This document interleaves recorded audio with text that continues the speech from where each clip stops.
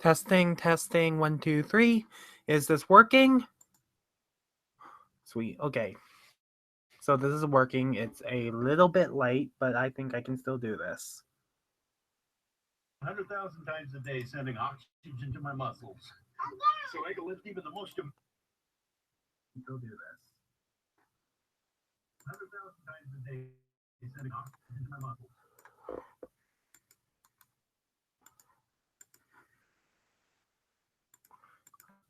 Um, this is probably going to be captured by the broadcast. I am currently just putting up a notice on my Tumblr to talk about what is currently going on. Um, right now, the Romance Scrooge is not with me. I have no idea where she is. She was invited into this chat, but she doesn't seem to be answering. I hope she's okay. With that said, right now I'm just putting up a message on Tumblr saying it's just me.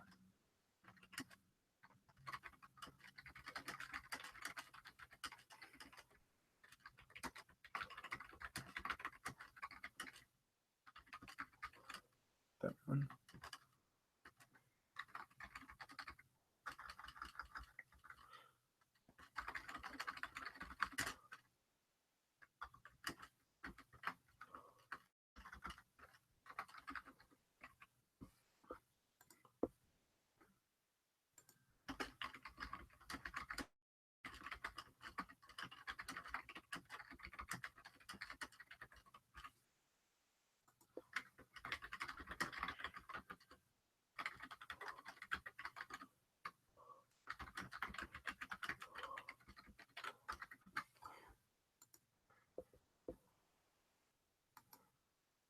And that has just been posted.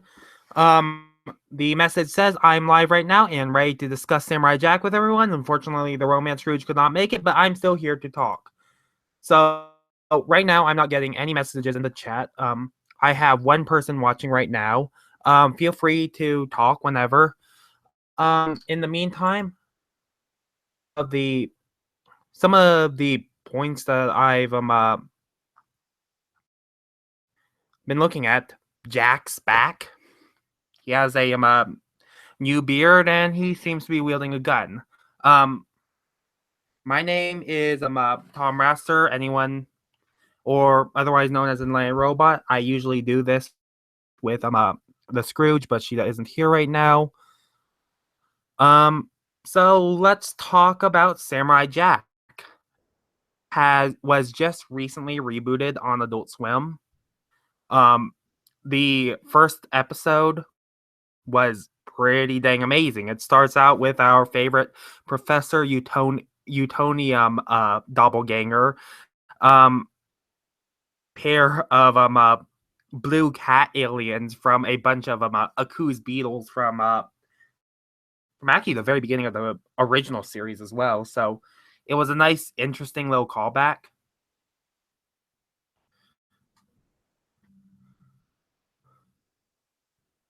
Um,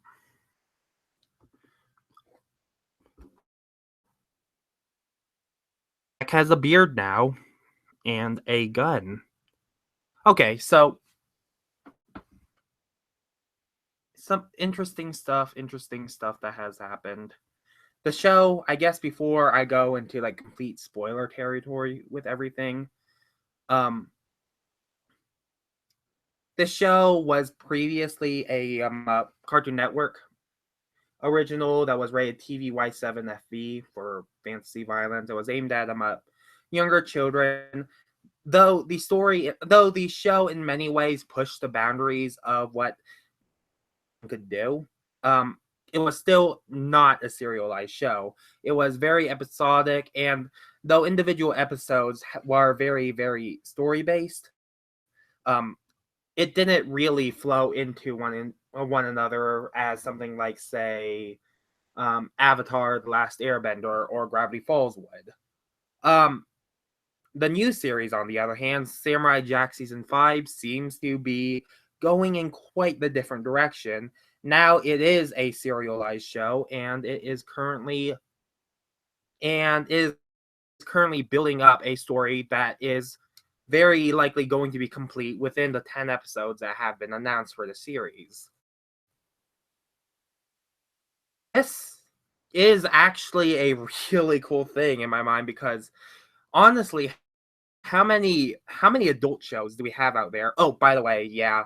I'm sure anyone who knows about Samurai Jack already knows this, but it's making the jump from a children's show to an adult show, and the most recent episode was rated TV 14. Um, we're getting a show aimed for adults that is produced over here in the United States. Um, that has an actual story going on. I mean, yeah, it's comedic to some extent. We still have Tom Kenny doing like goofy voice all the way at the end, but ultimately, it's still going to be a thorough based television series for these next 10 episodes. This doesn't happen with adult animation, much less yeah, this doesn't happen with adult animation. This is something I'm hoping we get to see a whole lot more in the future. When it comes to I'm really, really hoping that this show is going to be a success because we could use more of I don't know, would Western anime be the right term for it? You know, there's an anime influence on it, obviously, and given the fact that this is a show that was created by Jendi Tartar Sauce, a huge fan of a whole bunch of old school anime, um, certainly makes it seem more so. But I'm not necessarily looking for more anime, so to speak, over here. I'm just looking for more story-based cartoons, especially in adult animation. I mean, it's really, really kind of strange that that a lot of the that a lot of the shows we currently have going on are all the adult shows are just trying to be South Park or The Simpsons. You know, it's not a bad thing necessarily. We get lot of good satire out of it. South Park is actually a really good show, but all for the last 2 decades, it seems that the most influential cartoons that have come out have all been for kids. I'd like to point out that Avatar was another show that had like a ongoing plot line behind everything and saw it to its end. And even more recently, we've had stuff like Over the Garden Wall and Gravity Falls, which are maybe a little bit less plot based, but going story arc. And then you also have your superhero cartoons, which will have smaller arcs within them, but not something that spans for entire seasons. Um, Here with Samurai Jack, we will have an entire season devoted to this character arc and this story arc, and I'm so excited for it. Um, hmm. Jumping into maybe a little bit more of a spoilery territory. By the way, I'm looking at my notes. If there's ever like this weird silence that's going on, it's because I'm like looking for something. I saved my notes to Tumblr, which might not have been the best thing, but it also saves space on Google Drive, so whatever. Where did that thing go?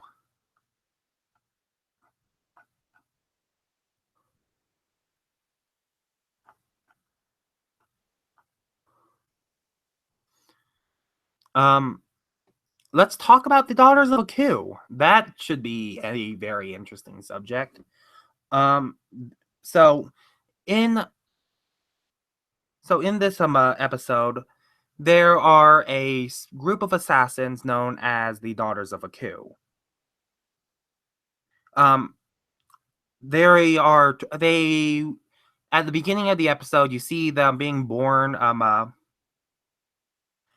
and presented in a scene that was almost reminiscent of a sacrifice, to be completely honest. I was actually scared during that scene because I was like, oh my gosh, are they really going to be so dark that they're going to feature a baby death in the beginning series. No, they don't kill any of the babies. Instead, what they do is taught they the daughters of Aku are raised from birth to defeat Samurai Jack. The one of the main character, one of the not main characters, um, one of the characters in the Daughters of Aku, kind of looks like the lead character of kind of looks like the lead character of Jendi Tartar Sauce's other show, Symbiotic Titan. Um, she has the same type of spiky hair. She has the same type of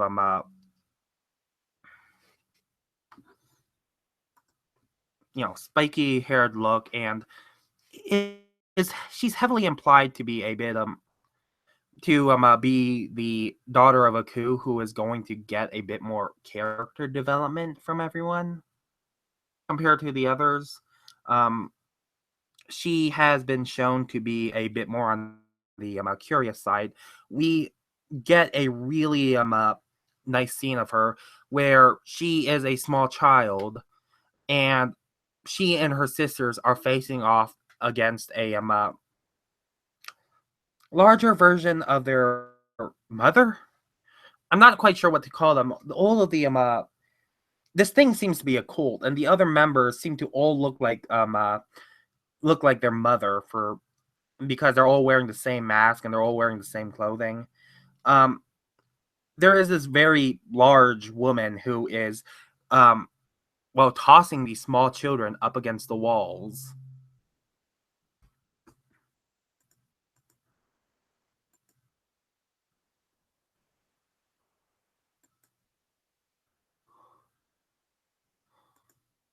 Um, it's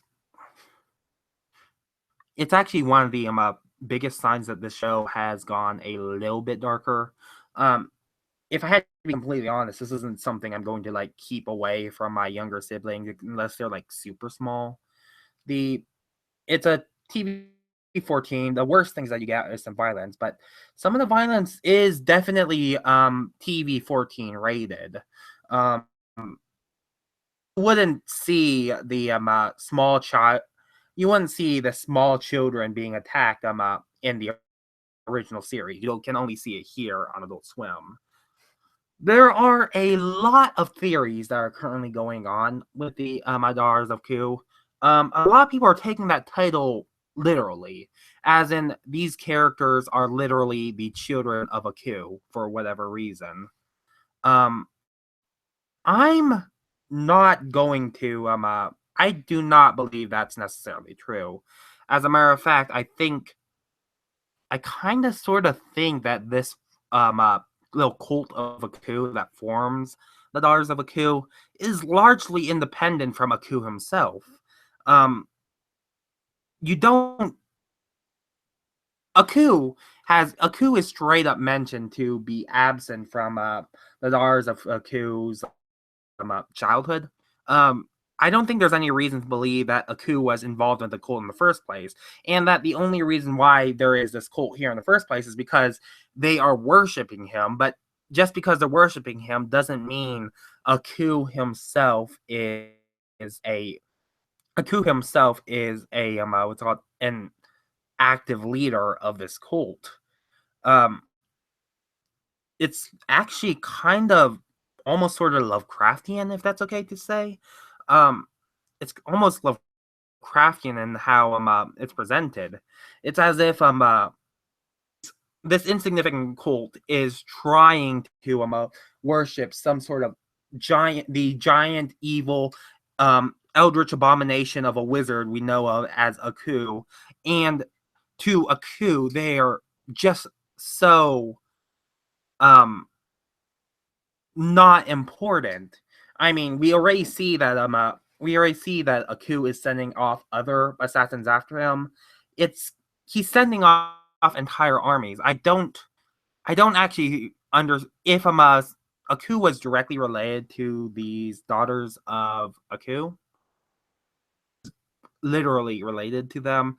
I don't think I don't think he'd be so worried about sending off the other assassins, including the Scaramouche, Scaramouche at the end, um, an assassin, a completely different assassin who mentions himself. Now, I'm not sure how reliable this guy is, but he mentions himself that he's Aku's favorite.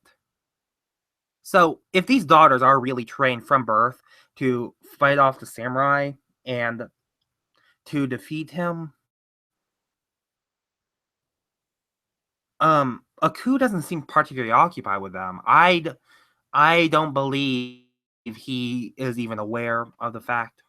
Rambling on and on and on about the same point. Um, yeah. Anyways, now let's go on to Scaramouche. Scaramouche is um the warm up antagonist of the series.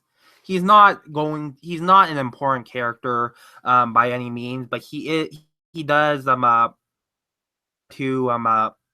serve as to serve his purpose in the plot, which is, you know, he starts a really cool action scene between him and Jack. He's fighting with a styled knife, and he has the power of music.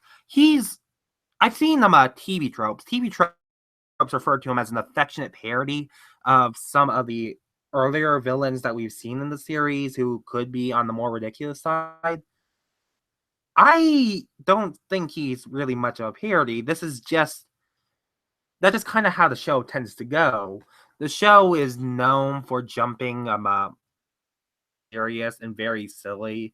Um, we've had an entire episode that was in the earlier series. We've had an entire episode where Jack is essentially naked the entire time, and he is off searching for clothes through this Mary Blair styled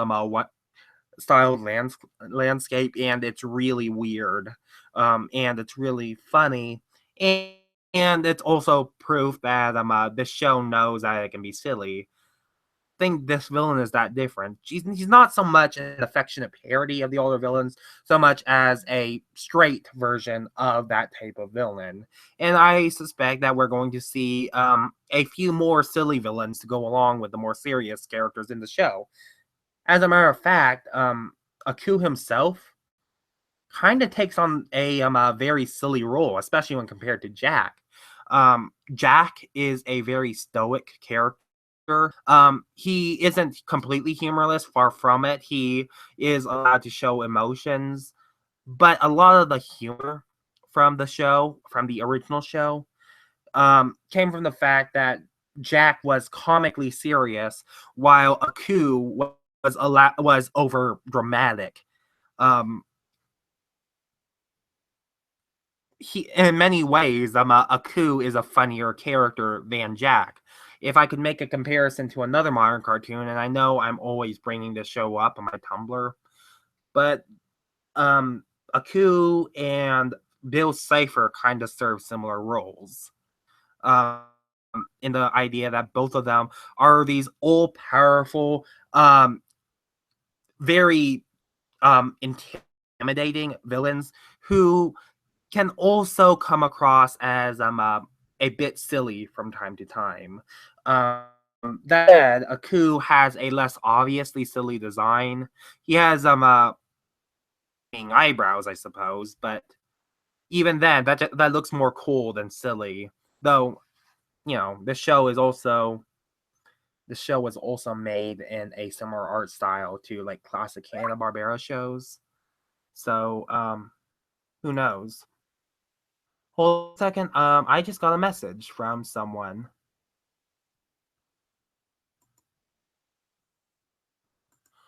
Oh, hold on. I have the Romance Scrooge is currently going on. Let's see if I can get her here.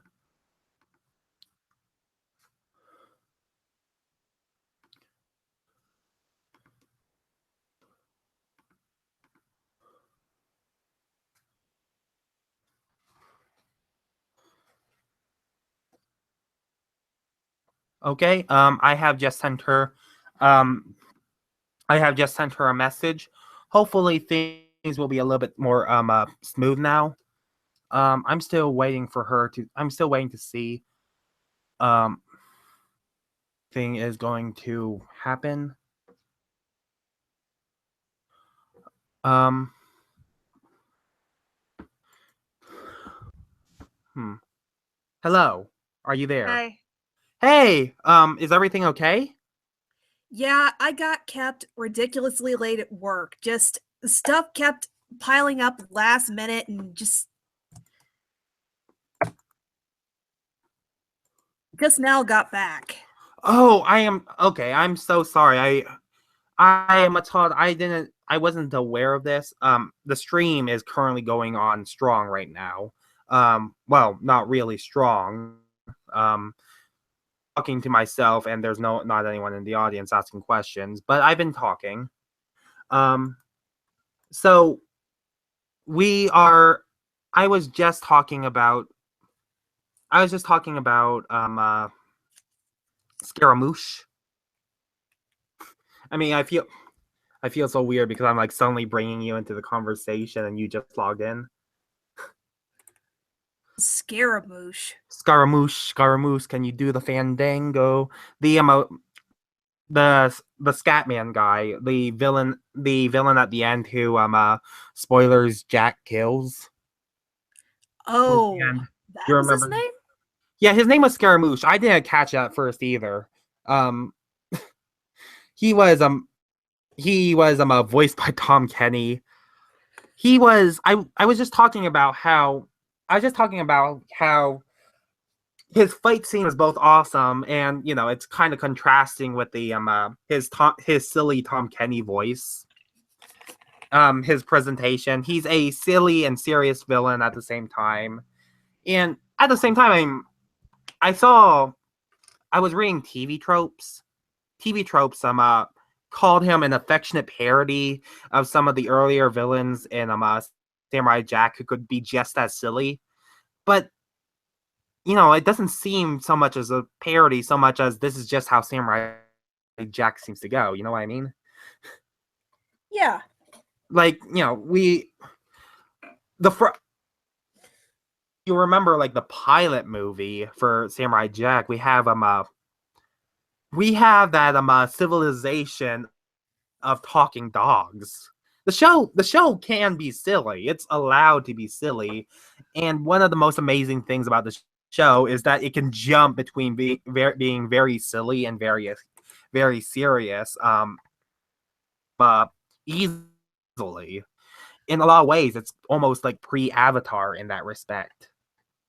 This first episode was a fairly serious episode, but we still get Tom Kenny with a funny voice, and we still get Aku on a we still get Aku answering a cell phone. That was Um, definitely new. I like how they incorporated that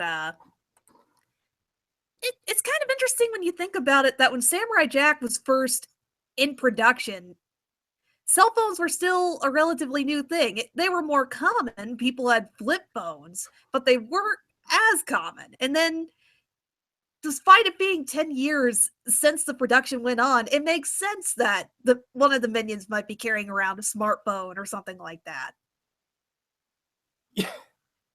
um, yeah. Well, yeah. The show's always had a futuristic edge.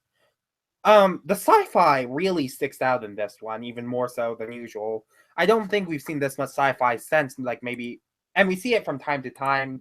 Aku has all these robot villains, but it's always taking place in the wild. Here, because of Jack's new choice of weaponry, it seems leaning even more towards sci-fi than it usually does, and it's never been not sci-fi. And you know what I mean? Oh, Samurai Jack is definitely a blend of several different genres. Just Yeah, depends on the episode as to how prominent. It flips between a whole bunch of things. It's Aku. I mean, heck, Aku. he's Aku himself just as a villain. He's a combination between a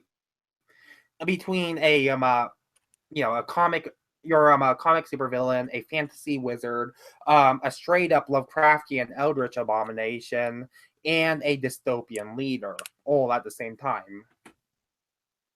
Samurai Jack himself is a time traveling samurai. The show loves its genre blending and its genre jumping.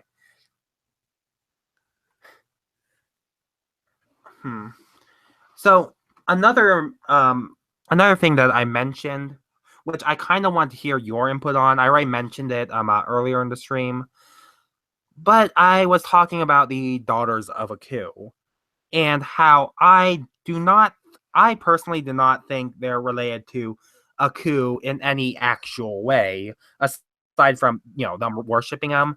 I don't even think Aku is necessarily even aware of their existence. You have any thoughts on that? Actually, I'd say that's the best way to describe it. It makes sense that given how long he's been, well, master of the universe, for lack of a better way to describe it, there would be some kind of cult dedicated to serving him and have an entire subset of traditions. And what I'm curious about is how it became a thing, who started it up, and why specifically women, and why it's kept specifically within that family. I'm definitely curious to know more about it. One of the best or apt ways I've heard this described is in a conversation I had with my buddy PC the Unicorn. He described Aku possibly returning their first actual face-to-face interaction with them, and he's like, I have so many different assassins that I don't know who you are. I never solicited you to start up this cult. Like, he's kind of confused, but he's not necessarily against it either. I don't know. I don't necessarily want to dismiss that he didn't have any active role or starting this up or anything, but I don't see him directly connected to it. Not quite sure how to pin it down. No, I mean, like, that makes sense. We have our theories differ a little bit, because I'm under the impression that Aku's just completely unaware of it, because your Scaramouche guy, he can just straight up call Aku on a cell phone, whereas it seems that this cult of Aku is having trouble coming into any kind of contact with him. So, we differ a little bit on here, but we seem to, we also at the same time seem to be a little bit on the similar, a little bit more similar. Oh, hey, Will Powell, I'm just seeing your thing. Welcome to the stream. You are actually probably one of the first people here. Thanks. Other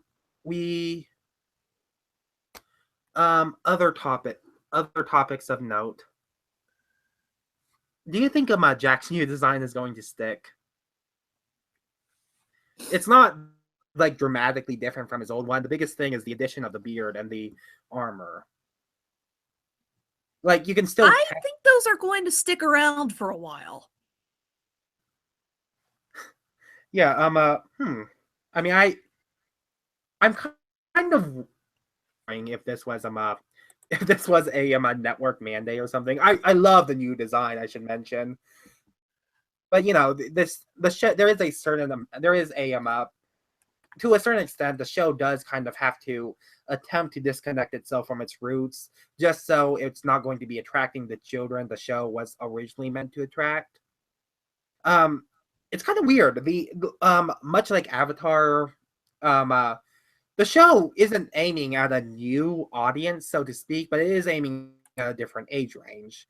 In many ways, the audience it's aiming for is the same audience it was meant to, the same audience of people who would watch it when the show first came out, and now the audience has grown up with it. It's a similar thing between like Avatar and Korra, and also the Toy Story movies. We still wanted the kid audience, but you know what I mean, right? Yeah. The impression I get with Jack's redesign, or honestly, I think they could have gotten away with him keeping his classic design. I think this has more to do with something really dramatic happened to the point that Jack started wearing this armor. something dramatic happened after he lost the sword. He's kind of gone stagnant. He's been wandering for 50 years. He's dramatically different from how he appears in the 2001 to 2004 series. There, he goes out of his way to help people. There was emphasis on him getting to know and interact with the people he'd rescue. And in this one, they kind of focus, or they show who he's rescuing, that he still goes out of his way to rescue or help people, but he's more of a mysterious, comes in, saves the day, and then takes off immediately afterwards kind of figure. He's not nearly as sociable or... Plus, there's a whole he is mentally unraveling. He has just lost it, for lack of a better term to describe it. Yeah, he's going through PTSD. I mean, that's what the show. That's not even like subtext. That's straight up what the show is trying to imply through PTSD, and it could be a supernatural form of PTSD, but the implication is still PTSD. Actually, I'm not even sure. Actually, I'm kind of hoping it's just regular PTSD instead of magical PTSD. Just because I feel it'd be kind of cheating if it's magical. I mean, not that he can't have a literal demon following him, but, there is already a literal demon in Aku. If you know what I mean. To kind of springboard from this particular discussion, I see it as him just having regular PTSD, but I could see somebody or some kind of magical force really diving in there and cranking it up a couple notches more than what it would be by itself, because there are some unnerving elements to how fantastical and whimsical some of these, just fantastical and horrific some of this imagery is, and how often it pops up. Now, granted, I don't know the full extent of what a PTSD sufferer may encounter or endure, but it seems like every little thing sets Jack off. I think that isn't it generally specific events, situations, or triggers that get someone usually? See, I'm not completely sure. I don't thought. Huh. Well, I mean, yeah, there's some. I know about triggers, but I'm not a mental health expert by any means. Oh, by the way, Will Powell asked about the Scotsman. Is he here? I don't recall seeing him. My brother mentioned that in some news article or similar, they said that he'd make an appearance later on in the series. Yeah, I heard that too, but I didn't see him in this episode. No, I don't think. I think it's going to be a while before he actually shows up. I will admit this, and I feel kind of bad about it, but when I first saw the previews for this episode, the hallucination of Jack's father, for whatever reason, I thought that was the Scotsman. There's no reason for it to be the Scotsman, but for some reason, my brain made it out that Jack's father, that the person who was actually Jack's father was actually the Scotsman for whatever reason. Which also kind of made me think that maybe the Scotsman died in the series, but considering the fact that that isn't what happened and we're going to be seeing him later on, that's not true. Other interesting things. Did you watch Symbiotic Titan by any chance? Because I Yes. haven't. Oh, sweet. Sweet, because I was missing cable when that show came on. So I missed it completely, but I can't help but notice the fact that the main daughter of Aku, the one who is heavily implied to be a character who is going to be getting a bit more character development as time goes on, a bit of a resemblance there. Not just to her. I don't think there's any literal thing on it, but did you notice that by any chance? At the same time, I could also mention that she also kind of looks like Miss Honeydew from Dexter's Laboratory. Wouldn't be surprised. There's certain aspects or trademarks of Gendy Tartakovsky's style that sort of carry over between the shows he's worked on. Yeah, I've been, which the eye shape, what kinds of body types women might have. There's another one of the daughters of Aku who also happens to have Mandy's hairstyle from the Grand Adventures of Billy and Mandy. Very likely very meaningless, especially since that's from a different creator, but I still find that interesting. Heck, actually, there's another character who looks kind of like the girl from what's the name of that movie? The movie with giant robots against the Jaegers, and it was produced by Guillermo del Toro. Pacific Rim. One of the daughters of Aku look like the girl from Pacific Rim. Actually, those I guess it's just those character designs, because a lot of the characters look like a lot of other characters. That'll happen. Yeah. Other. Oh, by the way, rest in peace. Samurai Jack is Professor Utonium jokes. If he's going to keep the beard, I can't keep making that joke. Not helping things is the fact that the Powerpuff Girls reboot has completely rounded off Professor Utonium's chin. We do not need to mention the thing that should not be named here. Let's talk about what's the decent continuation, because Samurai Jack isn't a reboot. It's a continuation of where the original series left off. That's right. That is true. It is a continuation. I'm trying to think of a good it is a continuation. There was even a I don't know, was it there was like a clip that showed up on the Adult Swim website, but I think it was taken from an earlier Samurai Jack episode. There is a very, very subtle art shift. It's not noticeable at all, but it kind of has to do with the type of cinematography that's being used.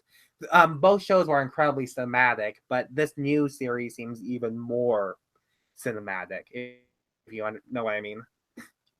Oh, definitely. There was a certain scene where Jack was riding through the forest, and when it was fall or autumn, sort of going through, and you see different shots. Yeah. Sort of like from a lower perspective or overhead, and they really have an interesting effect for the light shining down through the canopy overhead. After going back and watching some of the earlier episodes of Samurai Jack, they definitely kept the art style or art direction intact. They're just taking advantage of what kinds of technology and possibly higher budget they have at their disposal now.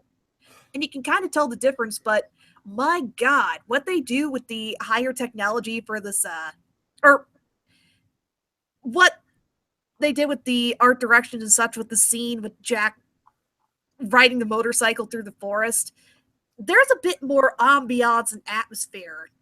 The sunlight is a bit softer, for lack of a better term, than it would be if it were drawn in the 2001 series.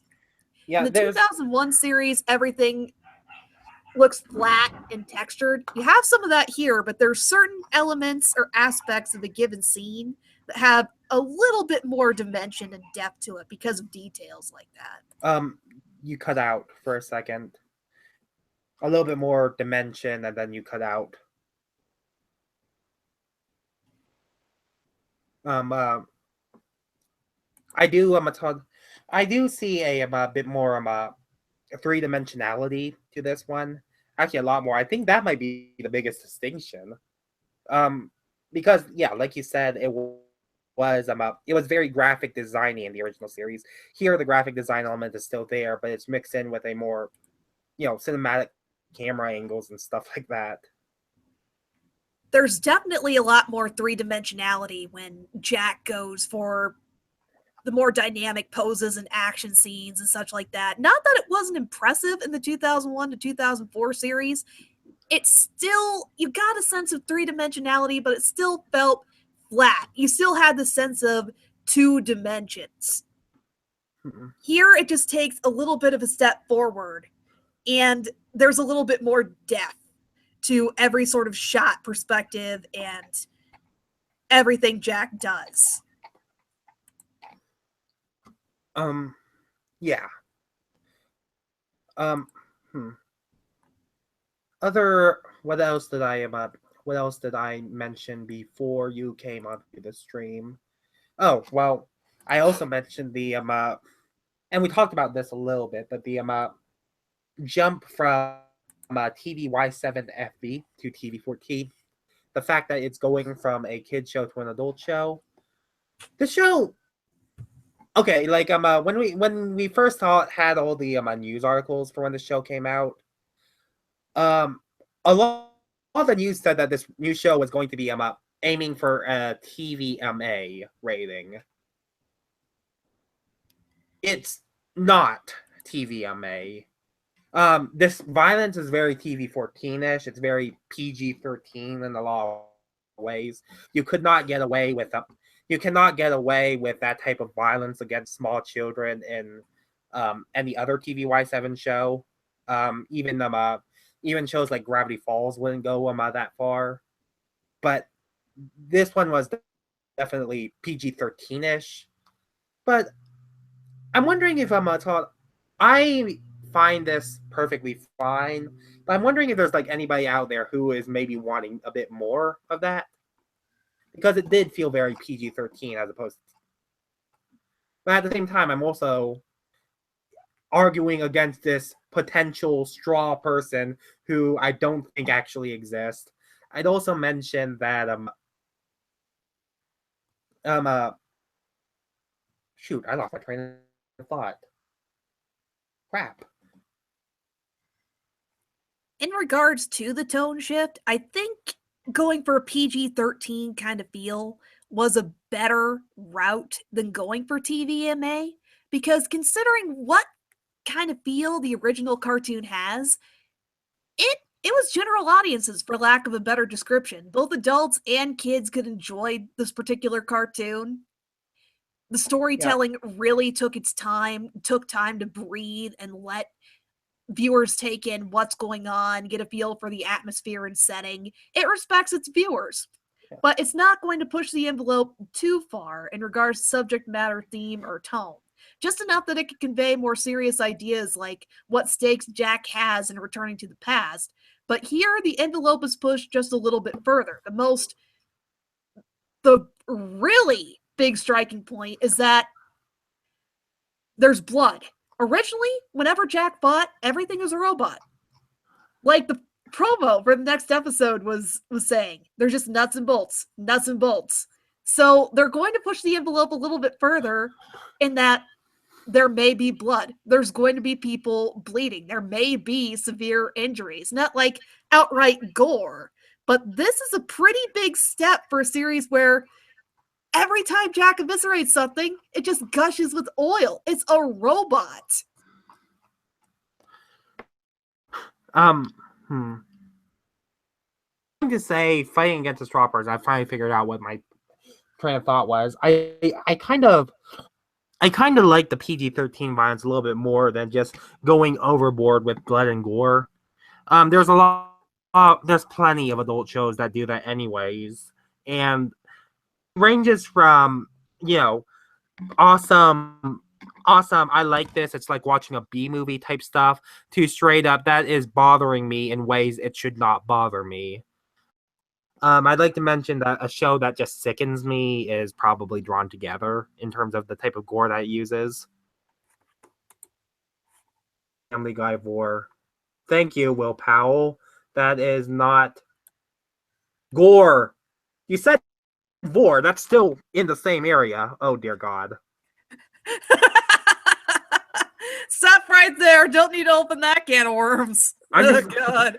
I'm just looking at him. I'm just looking at Will Powell's comments on this. He misspelled gore. Well, I mean, it's not any less gross.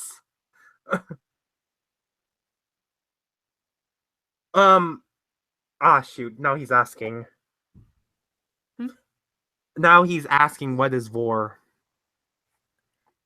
Not going into that discussion. Yes, If you want this to is know, you can look it up and be disgusted on your own time. I'm sorry. yes. Oh dear.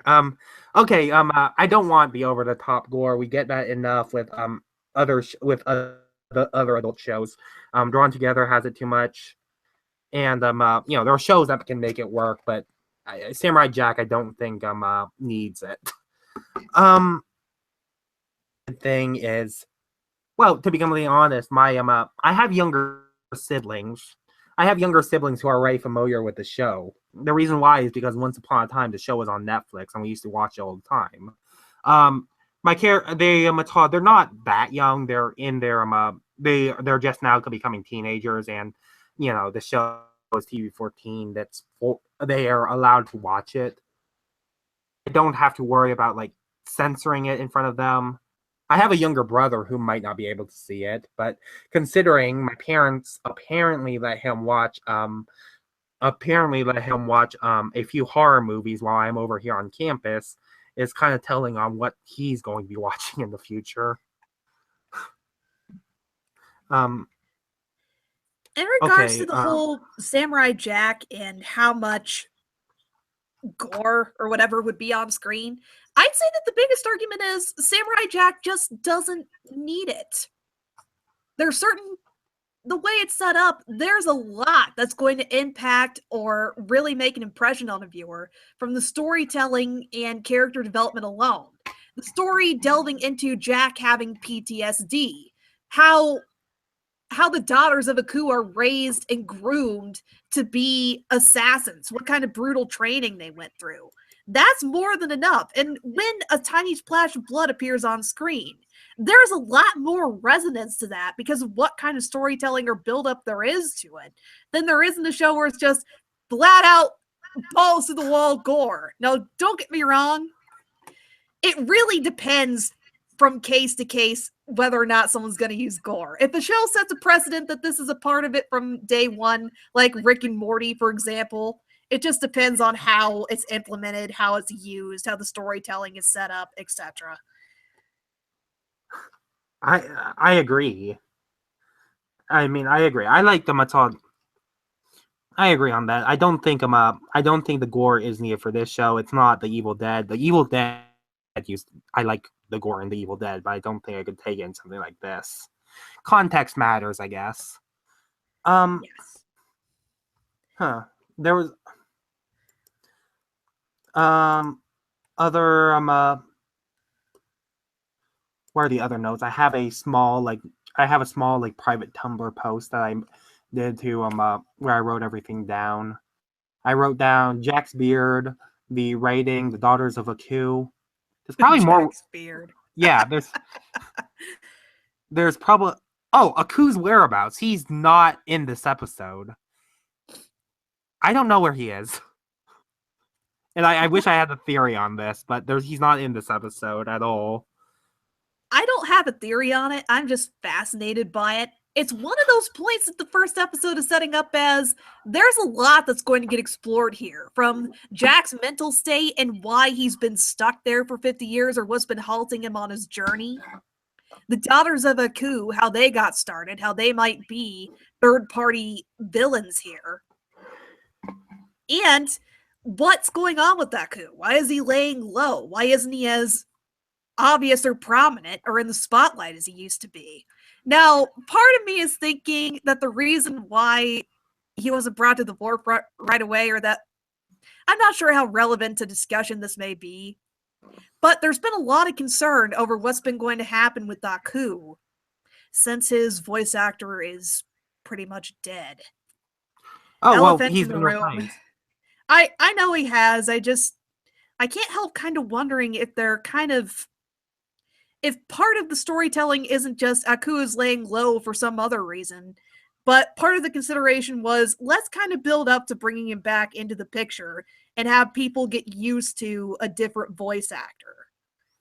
I mean, the guy who replaced him, I can't remember his name, but he's taken on, rest in peace, Mako. First of all, he was he Todd, he is a I know him as both Aku and as Uncle Iroh, and he's been since Mako's death, he's been kind of sort of replaced by someone who was a protege of him. Pulls off a pretty accurate version of his accent, and he's even gone so far as to voice Aku before. Even though Mako died after Samurai Jack ended, he still ended up voicing Aku in what's it called, Fusion Fall, and then he also took over for Uncle Iroh in Avatar: The Last Airbender, and now the new guy is playing. Aku in the official series. So he's been, I don't know. I think people are already used to his voice, and people already know that he's the Mako replacement. Oh, okay. He's heck, I don't know. I'm not a big fan of Teenage Mutant Ninja Turtles, but I think he even took over Splinter's role for that show as well. I could be wrong though, because I'm not a fan of Teenage Mutant Ninja Turtles in any capacity. I know some people are. Could just look him up on Google and what do I look up? I forgot the guy's name. Mako replacement. Not Mako replacement parts. What the heck? Oh, a Mako is a type of boat.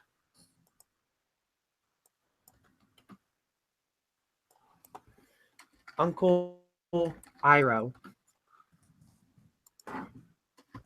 Voice actor. The new voice Greg actor Baldwin. for Aku is Greg Baldwin. That's the guy. That's the guy. I got him. The other series he's been involved in, Iroh for Avatar: The Last Airbender, and the second and third seasons of The Legend of Korra. He's the ancient Jedi Master, Terra Sinube, and the head farmer on Star Wars: The Clone Wars. Sorry if I completely butchered that name. Multiple characters in LEGO Star Wars: The Freemaker Adventures. Some character named Furlock, and he did take over the role of Splinter for a production of Teenage Mutant Ninja Turtles. Oh, okay. So I was correct, or at least to some capacity. I know nothing of the Nickelodeon show still. Though it doesn't look like it was the Nickelodeon series. It looks like it was one of the movies. I'm going to click on this link right here. Oh, it's the 2007 Teenage Mutant Ninja Turtles movie that... Wasn't that the animated one? Yes, the animated Turtles movie. Baldwin is Master Splinter in this particular movie. I wouldn't be surprised if he was Splinter in the Nickelodeon series too, though, since I think there's a lot of crossover between these and voice actors picking up work for different Turtles adaptations.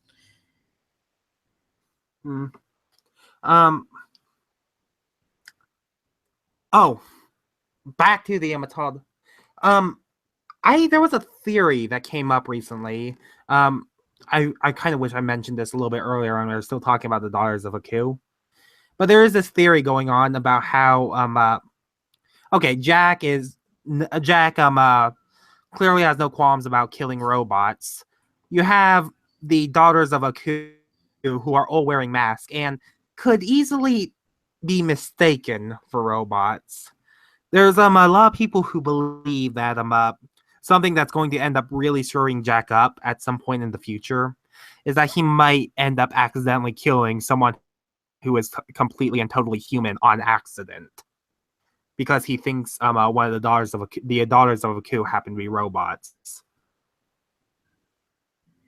I think that's something like that's going to pop up as soon as the second episode.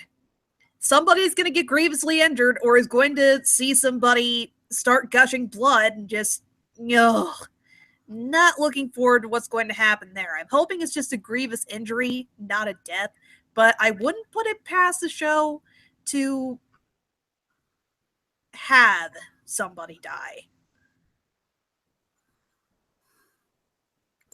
The Celtic Demons. I'm trying to remember that.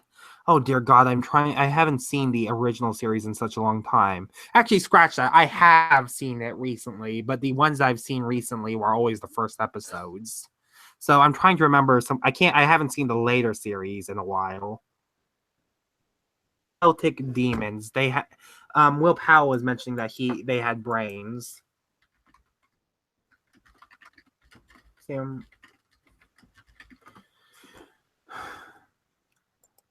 See, that's another thing. They kept it on Netflix. The Celtic Demons was first seen in Samurai Jack episode blah blah blah. Jack and the Scotsman Part 2. They were the main enemies in that enemy. They were planning to eat the Scotsman's wife on the moon until Jack and Scotsman were eventually destroyed by Scotsman's wife after a big demon called her fat. It doesn't seem okay. They seem to be demons. I wonder if that's any I don't think that quite equates to humans in this universe. I mean, we've seen Jack cut up Aku multiple times in the original series, and there was no big deal over that. Aku never died from it, of course, because Aku is the main villain, but he's been attacked by him nonetheless. Daughters of Aku seem unambiguously human. Heck, we're given the birth scene of them, and though it's tastefully shot, the implication is that these characters are in some capacity of human descent. Huh. In regards to that particular episode with the Scotsmen and the demons and such, I don't think they really played up the demons as anything more than brainless fodder or something that the viewer really shouldn't think about too much. It wasn't something that was presented as having much more gravity than Jack fighting robots. Yeah, I mean, we've also who else has? Yeah, Jack's been up against I can't remember any specifics, but I know he's went up against aliens before, and they've bled slime. I can't remember what specific episodes those were in, but I know that get away within the original series. The one thing that the show really rebelled in was the fact that they could get away with blood in quotes if it was actually just either oil or slime. And they did that to imitate the old old Asian cinema where there was plenty of blood.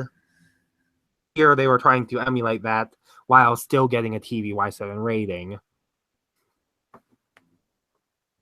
I'll say this much about this particular discussion. The promo for the next episode really put a lot of emphasis on Jack thinking about they're just nuts and bolts. Remember, they're just nuts and bolts. So there's definitely going to be a big impact when there's blood spilled. When he manages to injure one of the daughters of Aku and they start bleeding. It's going to happen. It's an inevitability.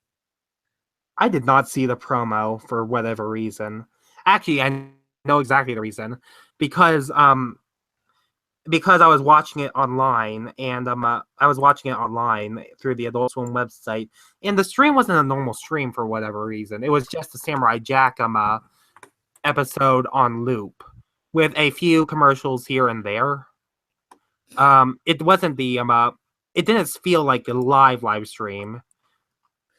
I didn't quite understand the stream yesterday. And see, I looked it up today and earlier today, and it actually had me log in this time. The Adult Swim website, I guess, is just confusing. So I'm not quite sure if I was watching the live stream or not.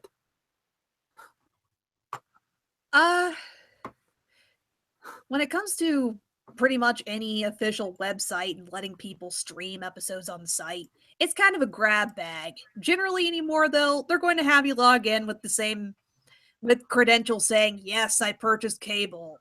You have to have cable in order to watch this stuff online. God. Yeah, I have to watch online because I don't have a TV in my dorm. I'm using my parents' cable because I live there technically. but I'm always on campus. So I'm always watching it. I'm always watching my shows online. By the way, if I can go into a little digression, I recently bought the Star Versus, The Forces of Evil, through the Google Play Store. And for whatever reason, it looks like the show has been reanimated. I'm thinking that because I'm watching all the shows through the apps, that I'm not getting it at quite the quality you're supposed to be getting it. What do you mean? Season 1 episodes? Yeah, I've been watching the season. Yeah, I bought the season 1 episode. I bought the entirety of season 1 off the Google Play Store earlier today, and I was watching it. And I realized that the animation was good. Like, it's weird. One of my earliest gripes with the show, and we're talking about Star Versus now, but one of my earliest gripes was it always seemed like there were moments of really good animation, but between these moments, you'd have these awkward shots where the characters were mostly still. Here, I'm noticing that there is at least a little bit of animation in those scenes. I guess the player watching was like skipping frames or something, because there is animation there, and I feel really kind of stupid because this is something I put in a review that I put on my blog. But if that thing's not actually there in the episode, then I clearly wasn't watching the show properly. Kind of weird how that worked. I recently got my dad and brother to sit down and watch the show.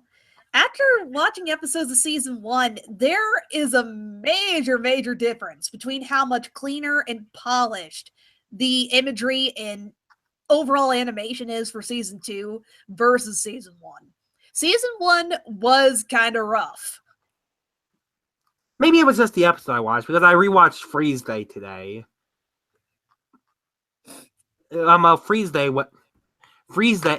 began with like a really pretty sequence of animation with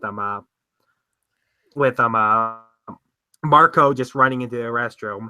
It's not like an obvious piece of animation that you're going to think of when you think of, like, great moments of animation in this cartoon, but his poses were dynamic. The in-between seemed pretty solid. Animated is the thing. And the episode immediately after that was Royal Pain. And Royal Pain had a few Royal Pain, first off, I still love the episode. It did have a few more of the awkward moments, but even those awkward moments still had more animation than I initially given it. It could just be me. Yeah. I did not see. Okay, back to Samurai Jack. I did not see the promo. You're making that theory sound a whole lot like an inevitability. Actually, you straight up said it's an inevitability. Inevitability that we are going to see something get hurt in the near future. Someone get hurt. You have anything else to mention? Because I'm anything else to mentioning? Not really. I know why. By the way, the reason why we're getting all the James Cameron Avatar series is because Jack saved the Na'vi at the beginning of this episode, and that's the reason why we're getting the sequel. As if anybody's looking for. Yeah.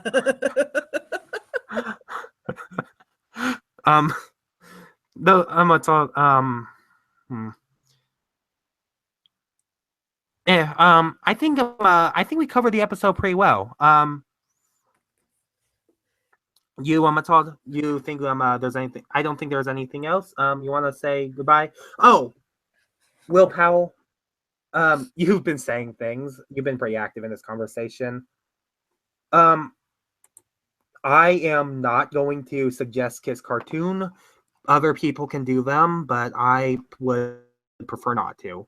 I would always encourage people to go after go support the artist and see Star Versus, the first season. That was $14 for all the episodes. It's cheaper to get a series than it's cheaper to get a series than a movie, because That was like how many? That's like there's like 10 episodes. That's 20 episodes.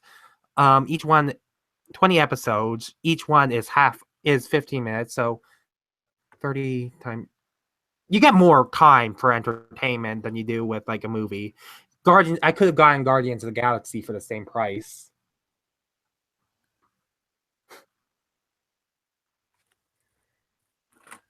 Oh, okay. Yeah, if you're going for obscure stuff, yeah, not everything is available.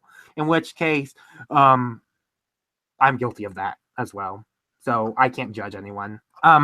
Okay. So I'm going to go ahead and stop the stream. This has been Enlightened Robot / Tom Raster. You want to say goodbye? Good night, everybody. See ya.